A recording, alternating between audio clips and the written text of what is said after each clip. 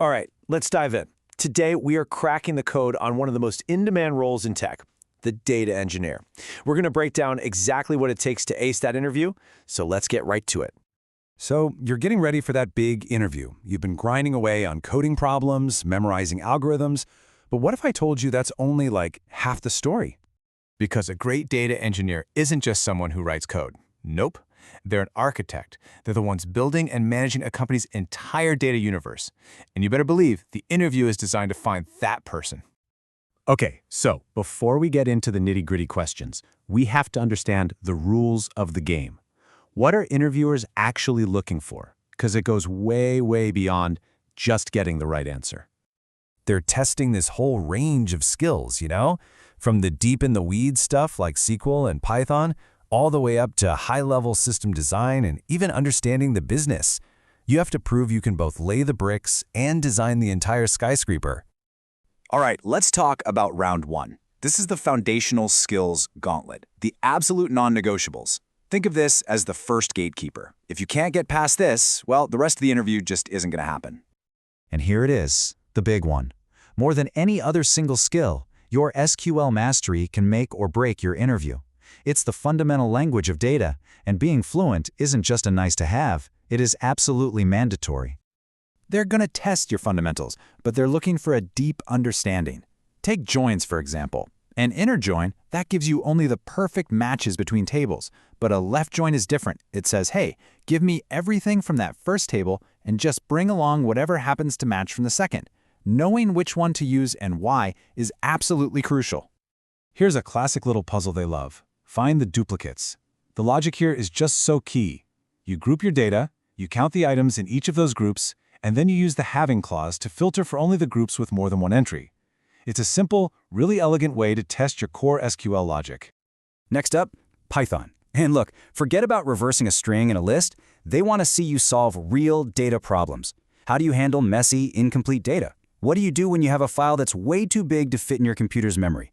They're testing your ability to write practical, efficient code that can handle the chaos of real-world data.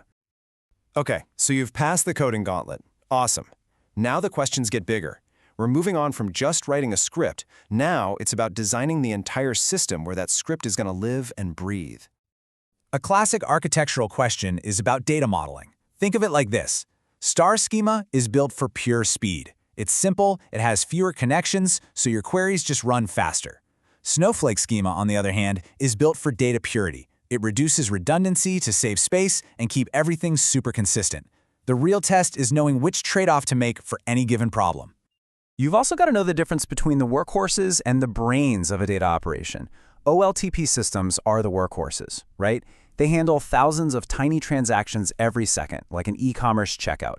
OLAP systems, those are the brains. They're built to analyze all that data for big reports and deep insights. They are designed for completely different jobs. Now this shows a huge evolution in data architecture. The old way was ETL, extract, transform, then load. You had to clean your data before it ever touched the warehouse. But the new way, powered by the cloud, is ELT, extract, load, then transform. You just dump all the raw data in and let the crazy powerful warehouse do the heavy lifting. It's an absolute game changer for speed and flexibility. Here's a concept that is so critical for reliability: idempotency. I know, it's a fancy word for a really simple idea. If your pipeline fails halfway through, can you just run it again without messing everything up or creating duplicate data? If your job is idempotent, the answer is yes. It is the key to building pipelines that can actually recover from failure. All right, you've proven you can handle code and architecture. Welcome to the final round, the boss level. This is where you have to design systems that can operate at a massive scale and solve complex, really open-ended problems. When it comes to big data processing, it really boils down to Spark versus the original pioneer, MapReduce. And the core difference is pretty simple. Spark works in your computer's memory, which is incredibly fast. MapReduce has to write to a physical disk between its steps, which is just way slower. That massive speed difference is exactly why Spark is the dominant engine today. So where do you put all this raw data? You put it in a data lake.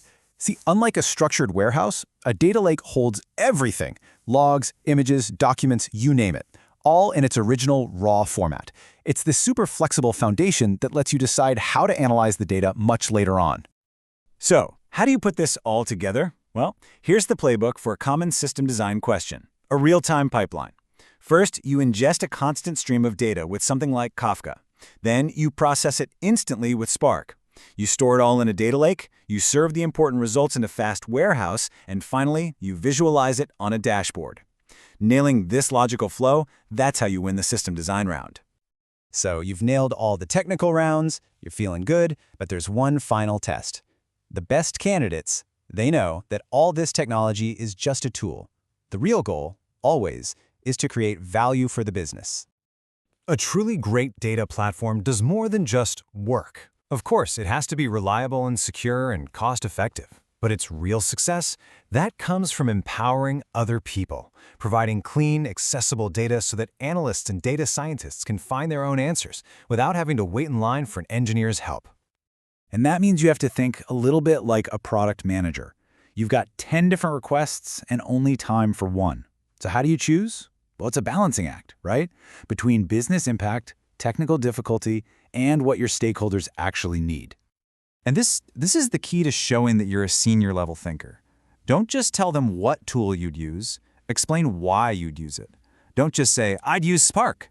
Say, I'd use Spark because we need low latency for this project and I'm willing to accept the higher cost trade-off. Explaining the why behind your choices is what separates a good engineer from a truly great one.